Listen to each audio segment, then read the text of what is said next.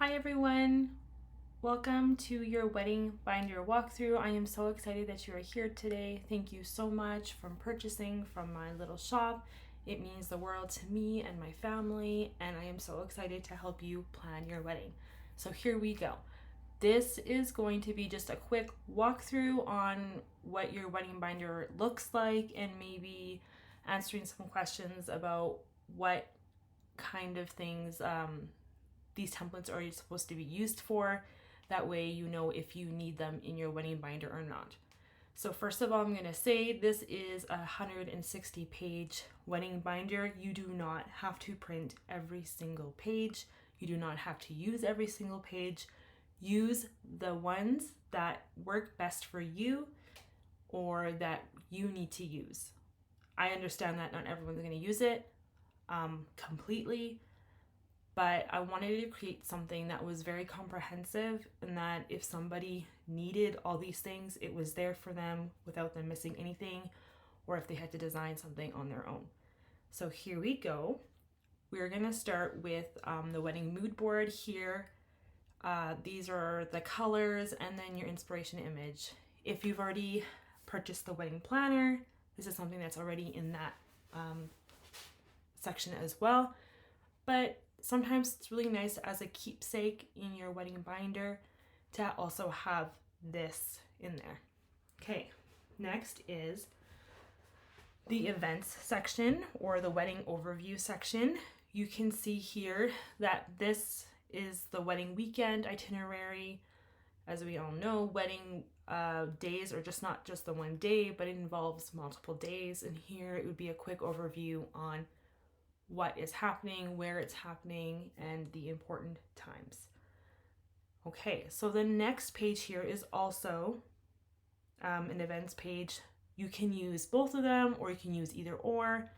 Later on, I'll quickly show you guys how to delete pages that you do not want. For right now, we're just going to do a quick walkthrough. So you have your venue information, you have an emergency planner over here, important contacts, important roles. Again, some of these pages you might want to use, some that you might not. So you have wedding roles and responsibilities, so you can have all the important people like your ushers and your guest book attendants and candlelighters and gift attendants and readers and all that kind of stuff in one section. This is really important to have in a wedding binder because if you have somebody who's in charge, like a wedding coordinator or even just a family member, they need to know who's in charge of what and who needs to be there and what those people's responsibilities are. This way that they're not coming to you and asking you, who are these people? Who do I need to find? That kind of stuff. You can also add images if you want to those pages as well. But that's just an important thing, I believe, to have in your wedding binder so that people are not coming to ask you everything. All right, so the next section here is the wedding day. So these are the things that you're gonna need, the kind of like the day of, just a small section here. So you have wedding task lists, you have your hair and makeup schedule, and then you also have here the makeup looks. You have information of the ceremony, the cocktail hour, the reception and speeches. Next, you have the music. So all the times you're going to need to have music for, and you also have a do not playlist. So the timeline section is pretty big. And again, remember, you do not need to use every single page here. I just have a variety, and then you can kind of pick and choose what you want. Okay, so we have, first of all, the master schedule. This is really nice because it's supposed to tell you throughout the day everything that's going to happen. So when the vendors are coming, when this is happening. That way, if you have somebody in charge, they can have this master schedule and make sure everything is staying on track, and then they don't have a bunch of different timelines going on. All right, so you also have the guest timeline here. This timeline is specifically for handing to your guests. So you can print multiple copies of just this thing here, and if you need them to be aware of what's happening, or you can save it as a PDF and then send it to them in their email files as well. It's just perfect for people who like to be a little bit more conscious about paper usage and want to go a bit more digital. You also have detailed timelines of each day, the day before, the day after, the wedding day. You have a wedding party timeline and that separate timeline for the bride, the groom, and the family. You also have your transportation schedule in this format along with this format. I did both because for some people they like to see things like this and some people like to see things like that. All right, so now we're moving on to the food and drinks. Just kind of an overview of what is being served.